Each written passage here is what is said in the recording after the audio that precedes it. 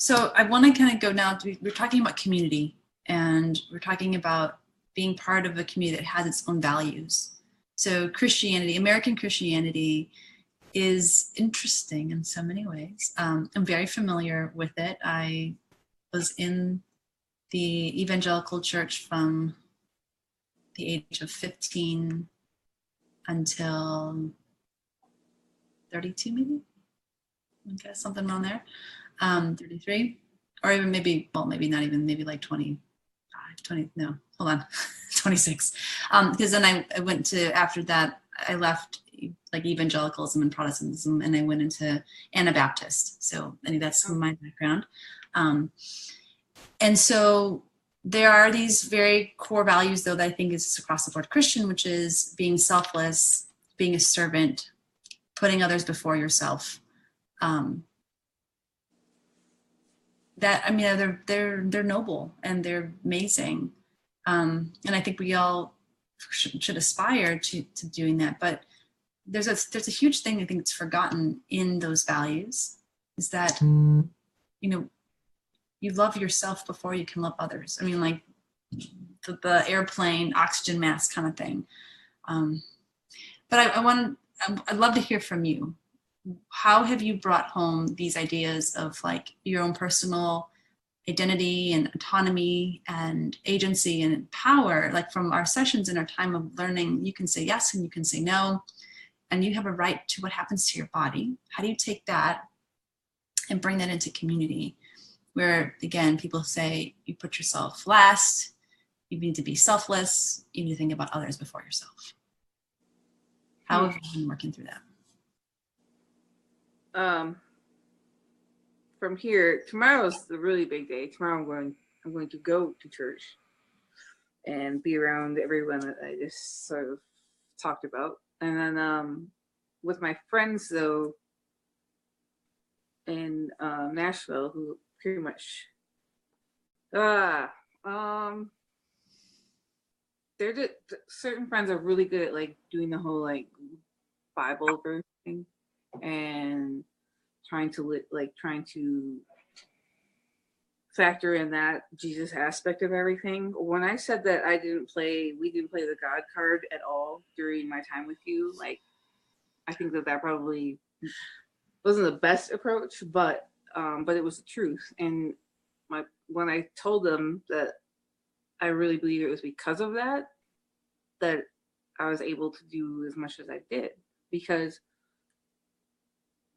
I wasn't saying I didn't believe in God or anything like that. It was just sometimes you just got to jump back into reality. My reality, growing up in the church and pretending to be what everyone wants you to be. So I still wasn't the real me. It's like, you know what to say and you know how to say it and go up for prayer and everything else. My friends who are living that kind of like Bible Belt life, they're the ones that have the most difficulty with everything, which is so funny to me because they're the ones I would think that I could say all of this to and they would have more compassion about it. Other friends are just kind of like, they just don't get it with the God card or not the God card. This is the not really understanding the changes, the things I'm saying. Like I was gonna go there and then I didn't, which was actually a really good decision. But then the next week is like I wanted to get down there because I was so frustrated with everyone. I just wanted to be like, this is me now. So if you're gonna be my friend, that's cool. If not, like, bye. And then now things have settled down a bit, but there's still questions. And there's still like, who are you, Janet? And like, how are you feeling this week? And it's like, I haven't changed. I still feel like I don't want to be touched. Like I don't I don't get it. I don't really understand. But I don't know. So they don't like me being like, what if this is the real me now? So I said something to you earlier that I think is appropriate to say now. It's not convenient for others when you change. Yeah. Because that means they have to change too. And instead of being open to that, they just think something's wrong. Right. And try and figure out how to change me back to how I used to be. And I think that the part that they may have, they're short-sighted because they don't know this process, is that in you saying no now allows you to say yes later. Mm-hmm. This isn't the end. First, again, it's about going back to that kind of creating that scale. Right now you're asking people, can you hear me? I'm a no. And once you think, and there's some that have heard you, and then you're like, wow, I feel seen. And we've been messaging about, wow, I feel really seen right now. And it feels really good. You're there. At some point when you saw your cousin or nephew, your nephew yesterday, Mm-hmm. and he did the things that you needed. And then you're like, wow, I'm respected and considered. Yeah. I matter. You got there with him yesterday. Once that happens, guess what happens next? You feel safe with him. You know that you can hang out with him, chill with him, have a good time. He came down and like sat like pretty much on me, and I was so okay with that. See? And then with some time, guess what happens? Trust is built. That you can see them at any time of day, night, wherever kind of event. If everyone's hugging and touching, you can see them, and you know that they won't do that to you. And at some point, I promise, and you did this with me, you asked me for touch. Yeah. And that's this process. And so even though you're in your no, people, and then this is, if they're still here listening to this, that no just means the yes is coming. Trust me. And going back to that idea of like, well, there was the God card, was the God card, part of the whole thing. And it wasn't the intention. Let me take that back. It wasn't brought up, but I think sometimes God and church and faith can be an obstacle. And then what I saw in your story, it was. And my intention was that this would be a spirit-led weekend. And the fruit of the Spirit was evident. And we can go into more of that another time. I experienced being led, and I know you experienced being led, and we both grew and got closer to who we truly are, who God created us to be. And that can't be denied. And it starts with no.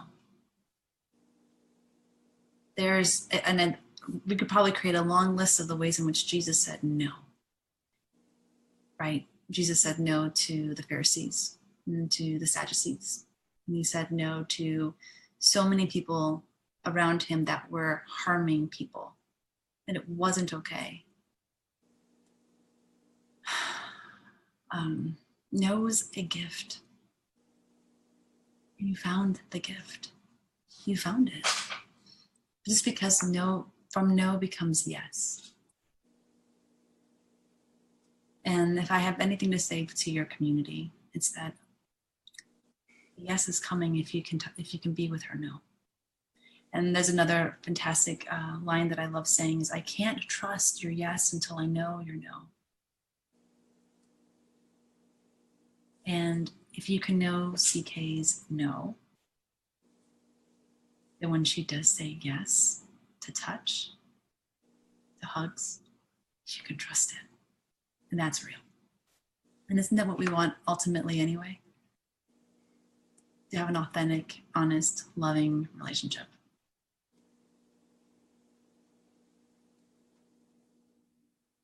Okay, I'll let you talk now. I'm off my soapbox. Did you know I took a preaching class in college? Hey, I don't know if people know, I have a BA and an MA in Bible theology. I did that thing. I went to two very conservative schools. So took preaching. I love preaching. But of course I was in a school that I was one of three females in the preaching class because women were not allowed to preach. That's the kind of school I went to. Wow. Oh, there was one professor that said that women shouldn't even pray in front of the congregation because that was taking a position of authority. And prayer is a position of authority. Good. So like I get that world. I was in it. I knew about it. But anyway, and yeah, I see you loving yourself. I see right now you putting yourself first, as we would suggest for anyone who is in rehab. If you're in an accident, you need to go to rehab. And rehab looks like you taking care of you.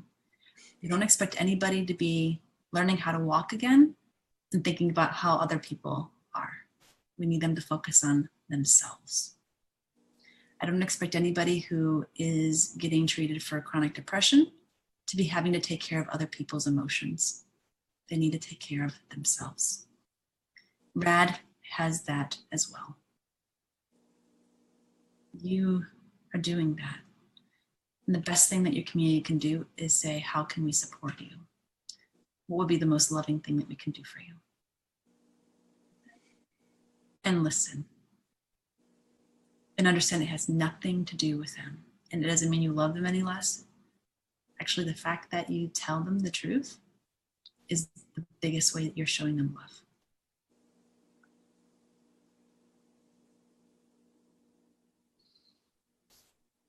Okay. Any last comments before we sign off? No. Just that you're awesome. Let me just say that every time. I'll take that. I know. You're awesome. I'll take awesome. All right. Well, thanks everyone for watching. If you made it this long, you're awesome with our audience because this was pretty intense. We do have some people. There's actually 5 people still watching live, and then of course on YouTube. Please share your thoughts and comments at any time. CK would love to hear from you as well, privately as well as publicly. So whatever you can do to support and love her and her process, I know she would appreciate that. If you know anybody who are in this situation that you know that they would love to be touched and they don't have access to like how to even begin the process, please contact me. CK traveled from Minnesota down to Texas. People are traveling because they realize this is that important. Let's make this happen. And yeah, love you all. Kisses and wink. Winking. You want to sign off? What's your sign off? I only have one, remember? You're awesome. That's it.